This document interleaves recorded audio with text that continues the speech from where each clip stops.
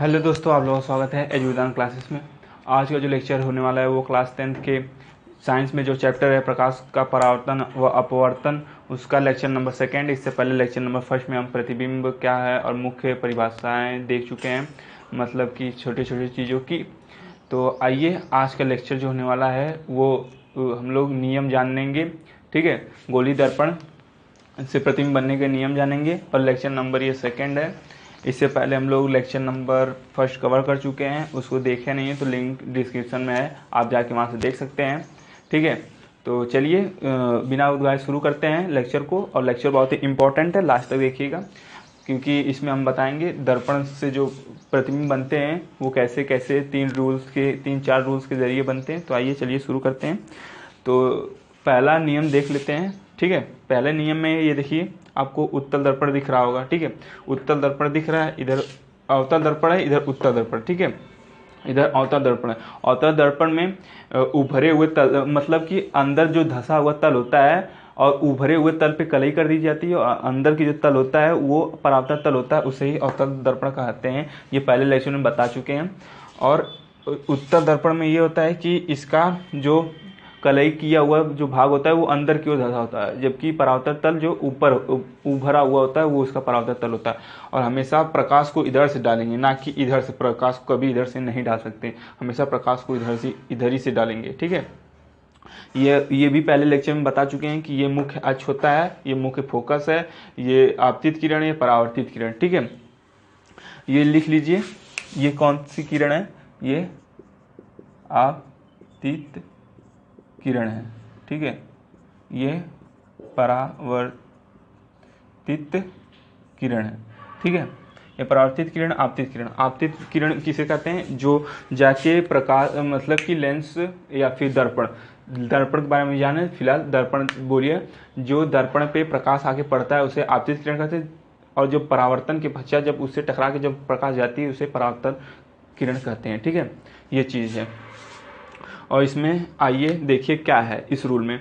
जैसे कि अवतल दर्पण है, इधर से प्रकाश किरण आ रही है और ये मुख्य अक्ष है इसका। ठीक है, जब प्रकाश की किरण मुख्य अक्ष के समांतर आती है, ठीक है, इसी के समांतर मुख्य अक्ष जो है इसके समांतर ही प्रकाश इधर से आ रहा है।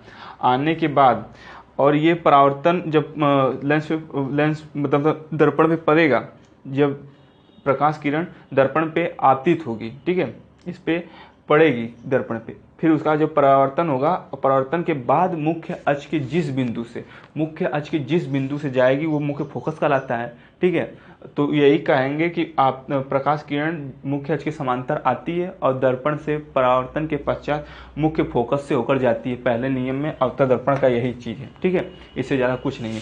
आइए ये देख लीजिए क्या, अवतल दर्पण में प्रकाश किरण मुख्य अक्ष के समांतर। ठीक है, अवतल दर्पण में प्रकाश की किरण मुख्य अक्ष के समांतर प्रकाश किरण आपतित होती है। ठीक है, इस पे आपतित होती है तथा परावर्तन के पश्चात मुख्य फोकस से होकर जाती है। ये है मुख्य फोकस से होकर जाती है, यहाँ है। ठीक है, अब आइए दूसरा जान लेते हैं, दूसरा क्या है। ठीक है, दूसरे में उत्तल दर्पण है। उत्तल दर्पण का क्या होता है कि उत्तल दर्पण में ये उभरे हुए तल से होता है। ठीक है, अंदर कलई की हुआ तल, ठीक है, और जो अंदर कलई कर दी जाती है, उभरा हुआ तल इसका परावर्तन तल बन जाता है। इधर दिखता है, इसके मिरर इधर बन जाता है। ठीक है, तो इसमें जब मुख्य अक्ष के समांतर प्रकाश किरण आपतित होगी, ये भी आपतित किरण इसकी है। ठीक है, आपतित किरण है, ये इसका परावर्तित किरण है। ठीक है, आपतित किरण पड़ती है, परावर्तित किरण बाहर चली जाती है परावर्तन के पश्चात।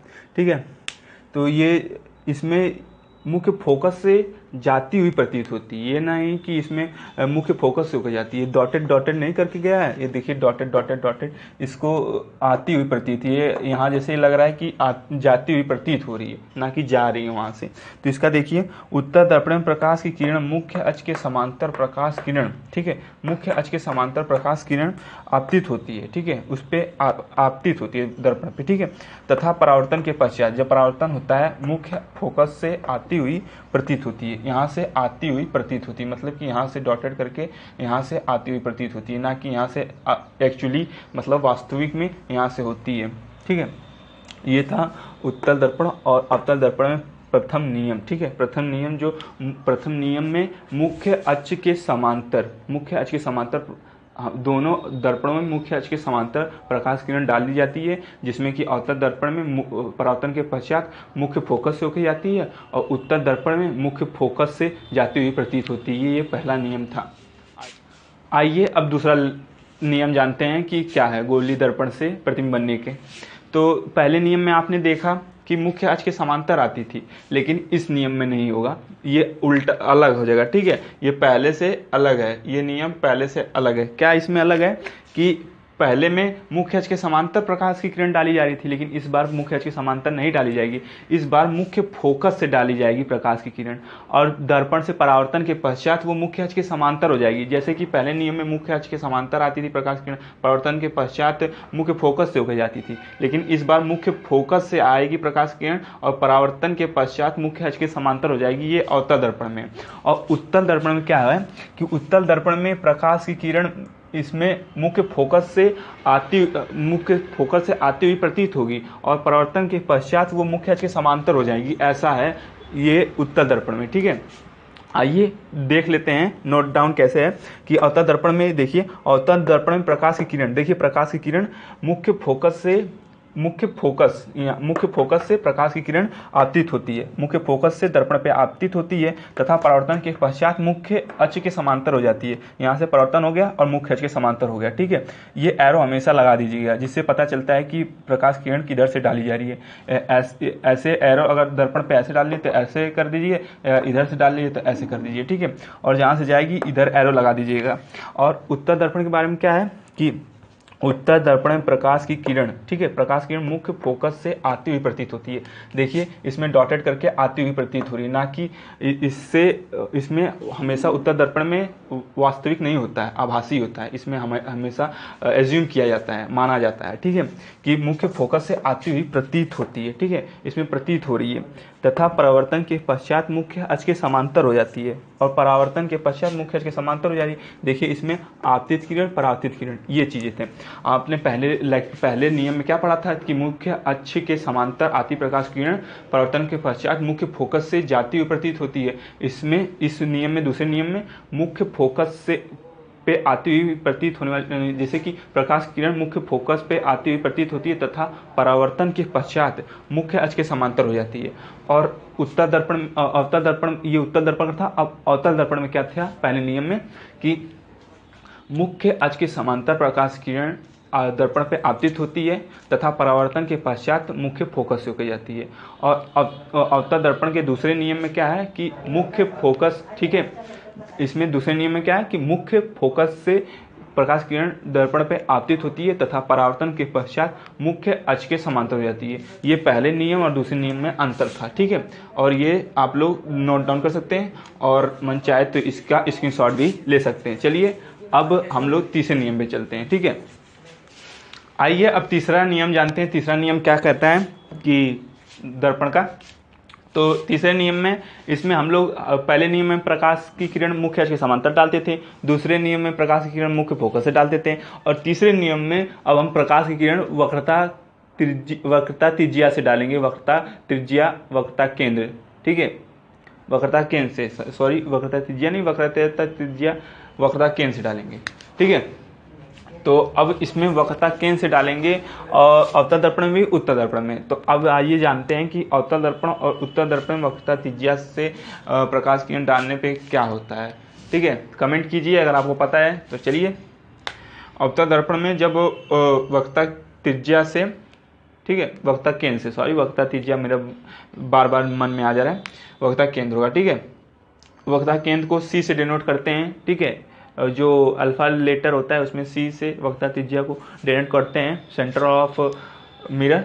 ठीक है, तो इसका वक्रता त्रिज्या का, जब वक्रता त्रिज्या से प्रकाश की किरण डाली जाएगी और जब प्रकाश की किरण दर्पण से आपतित होगी आपतित होगी दर्पण पे और परावर्तन के पश्चात वापस उसी मार्ग पे वापस लौट जाएगी, उसमें कोई भी परिवर्तन नहीं होगा। जैसी आई प्रकाश किरण वैसे ही वापस लौट जाएगी, उसमें कोई परिवर्तन नहीं होता है।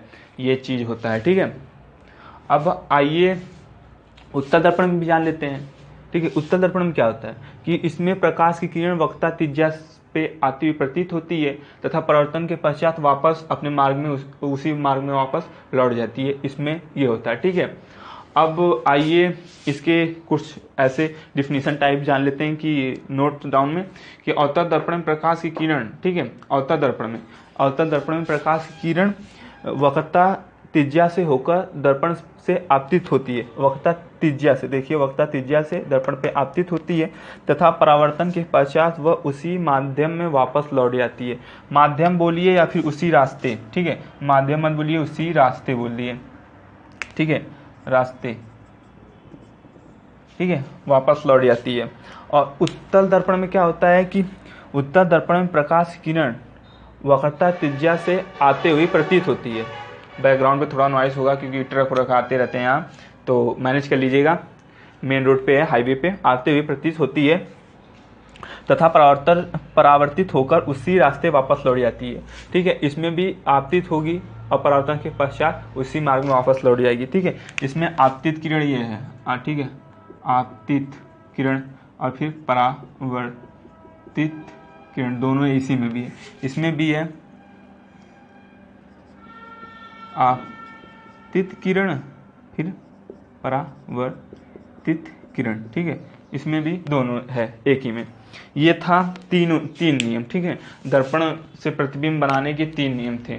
अब इसी में हम लोग जब वस्तु अनंत पे हो, जब वस्तु वक्रता केंद्र और अनंत के बीच हो, जब वस्तु वक्रता केंद्र पे हो, जब वस्तु वक्रता केंद्र और फोकस के बीच हो, अब इसी तरीके से हम बनाएंगे प्रतिबिंब बनाएंगे, वस्तु की स्थिति जानेंगे, वस्तु कितनी बड़ी होगी, कैसी होगी, कैसी नहीं। अब इन्हीं 3 नियमों के आधार पे तो चलिए एक बार दोहरा लीजिए तीनों नियम क्या थे दिमाग में, ठीक है। पहला नियम, मुख्य अक्ष के समांतर अवतल दर्पण पे मुख्य अक्ष के समांतर प्रकाश किरण जब डाली जाती है तो वो दर्पण पर आपतित होती है तथा परावर्तन के पश्चात मुख्य फोकस से होकर जाती है। और उत्तल दर्पण में यही होता है कि मुख्य अक्ष के समांतर जब प्रकाश किरण डाली जाती है दर्पण पे तो वो परावर्तन के पश्चात मुख्य फोकस से जाती हुई प्रतीत होती है। और दूसरे नियम में क्या था कि मुख्य फोकस अवतल दर्पण में मुख्य फोकस से प्रकाश किरण दर्पण पे आपतित होती है तथा परावर्तन के पश्चात मुख्य अक्ष के समांतर हो जाती है। उत्तल दर्पण में मुख्य फोकस पर प्रकाश किरण मुख्य फोकस पर आती हुई प्रतीत होती है तथा परावर्तन के पश्चात मुख्य अक्ष के समांतर हो जाती है। और तीसरे नियम में क्या है, वक्रता केंद्र से अवतल दर्पण में वक्रता केंद्र से जब प्रकाश किरण दर्पण पे आपतित होती है तथा परावर्तन के पश्चात वापस उसी रास्ते से वापस लौट जाती है। और उत्तल दर्पण में क्या होता है, तो उत्तल दर्पण में वक्रता केंद्र पे आती हुई प्रतीत होती प्रकाश की किरण वक्रता केंद्र से परावर्तन के पश्चात वापस उसी मार्ग में लौट जाती है। ये तीनों नियम थे। अब आइए, अब नेक्स्ट चीज है अवतल दर्पण फोकस दूरी के लिए सूत्र का निगमन कर लेते हैं, ठीक है, डेरिवेशन जिसे कहते हैं, ठीक है। अवतल दर्पण और उत्तल दर्पण में फॉर्मूला डेरिवेट कर लेते हैं, ठीक है, डेरिवेट कर लेते हैं, देखिए क्या है कैसे नहीं है, ठीक है, ये भी इंपॉर्टेंट है। चलिए अब देखते हैं डेरिवेशन।